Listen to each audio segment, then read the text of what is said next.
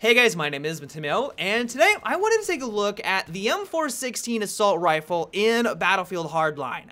A lot of you probably remember that during the beta, this weapon was phenomenal. Almost everyone was using it because not only did it hit really hard, but it had the highest RPM out of all the assault rifles, and it had laser beam-like accuracy. At the very tail end of the beta, Visceral did go in and made some adjustments to try to make it more in line with all the other weapons. It did get the nerf bat, but I wanted to find out for myself, now that the game has released, if those changes were enough to make it completely useless, or if this is still a competent pick and you should invest your hard-earned cash on the M416. And so right at the start, easily the best component about using this assault rifle is that it hits really hard at almost all distances, and it's very consistent with its damage. At least according to Simthic.com, the place where I get a lot of my Battlefield weapon stats, it is going to do 28 damage all the way out until 40 meters, and then after 40 meters, that damage will drop off to 18 once you hit 60 meters out. That is crazy. That means that if your enemy is within 40 meters, you are going to be able to drop them with only 4 rounds. This is a huge deviation from what we've had back in Battlefield 3 and in Battlefield 4. In the past Battlefield games, the damage dropped off pretty quickly. About 15 meters out, the damage was going to start to drop off, where instead of requiring 4 rounds like in Battlefield 3, it would require 5 to 6 rounds to take out your enemy at those distances. Battlefield 4 is even a slower time to kill, but in Hardline, and this is the reason why it feels like you die so quickly in this game, is that because even though the enemy is a good 30 to 40 meters away, if you're accustomed to the way that past Battlefield games perform, you would assume that more bullets would be required to take you out, but no, if they are using the M416 and other assault rifles, you're gonna drop in 4 rounds at those distances. Like, that is just a crazy amount of damage. Another amazing quality of the M416 is that it has the highest RPM out of all of the assault rifles, clocking in at 850 rounds per minute.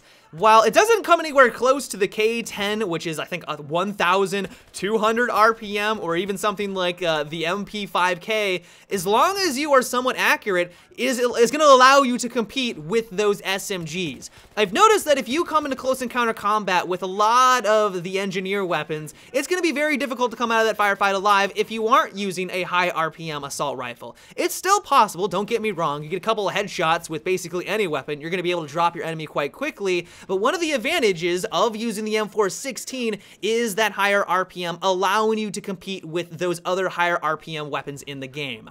The downside of this RPM, though, is that you're going to have to deal with a lot of vertical recoil. This was one of the ways that Visceral was trying to balance it out and not make it blatantly overpowered, and so the M416 has the second highest vertical recoil for the assault rifles, coming in at 0.525. That is a crazy amount of vertical recoil that you're going to have to deal with if you do hold down the trigger. Its horizontal is very manageable, though. Its horizontal only comes in at 0.05 for that left kick and 0.2 to the right, so there isn't going to be a whole lot of wiggle room to the left and right. Really, all you have to deal with is that vertical recoil, but it is quite substantial when you first start using this weapon.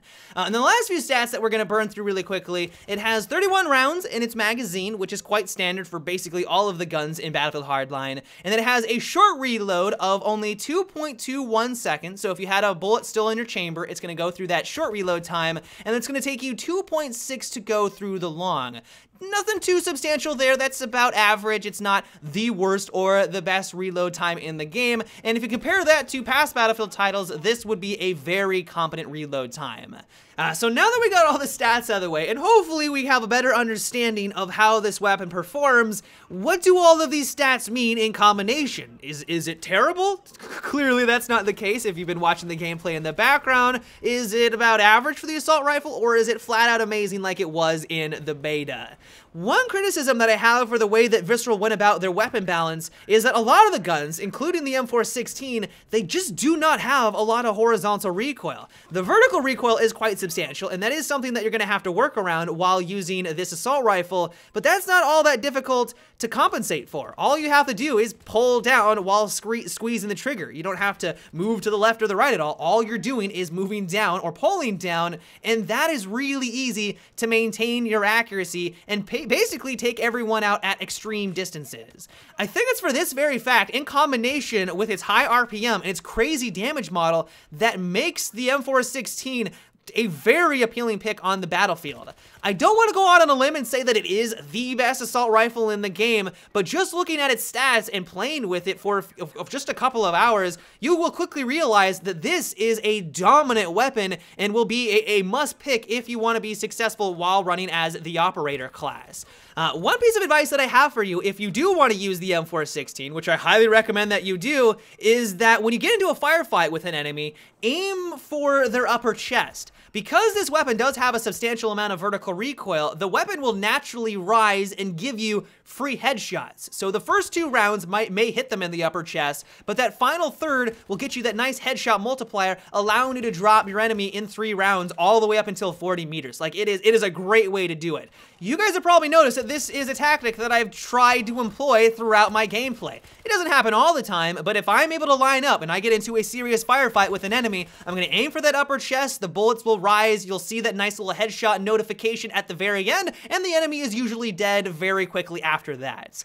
As for the attachments that I would recommend, of course the optic is always gonna come down to personal preference. Personally, I am in love with the Cobra red dot sight. It's been my favorite all the way back in Battlefield 3, so that's one that I choose. And if you've always been on the fence about what scope you should try out next, I highly recommend the Cobra sight. The accessory is a clear, easy pick. Always go with the extended mags. I don't really know why you would want to use any of the others for that slot. The muzzle, for me, I use the heavy barrel. The great thing about Hardline is that the heavy barrel is actually more in line with what you would see in real life, where it reduces your vertical recoil a little bit. It's not a crazy amount, but it's also going to increase your accuracy, and because this already has a lot of vertical recoil, you really cannot go wrong with the heavy barrel. And then lastly, it's really going to be a toss-up between the angle grip and the stubby. Personally, throughout today's video, I was using the angle grip to reduce a little bit more of that first shot recoil, but you also cannot go wrong with the stubby grip as well.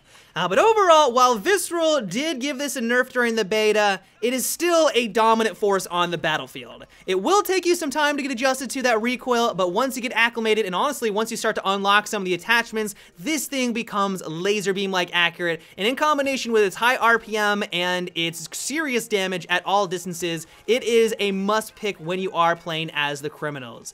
But yeah, guys, that is about it for today's little video. I hope you enjoyed. Give me your thoughts about the M416. Are you enjoying it as much as I am? Do you think that it should get the nerf bat a little bit more? Do you think it's a little bit too powerful? Let me know down below. But until tomorrow, have a good one and take it easy.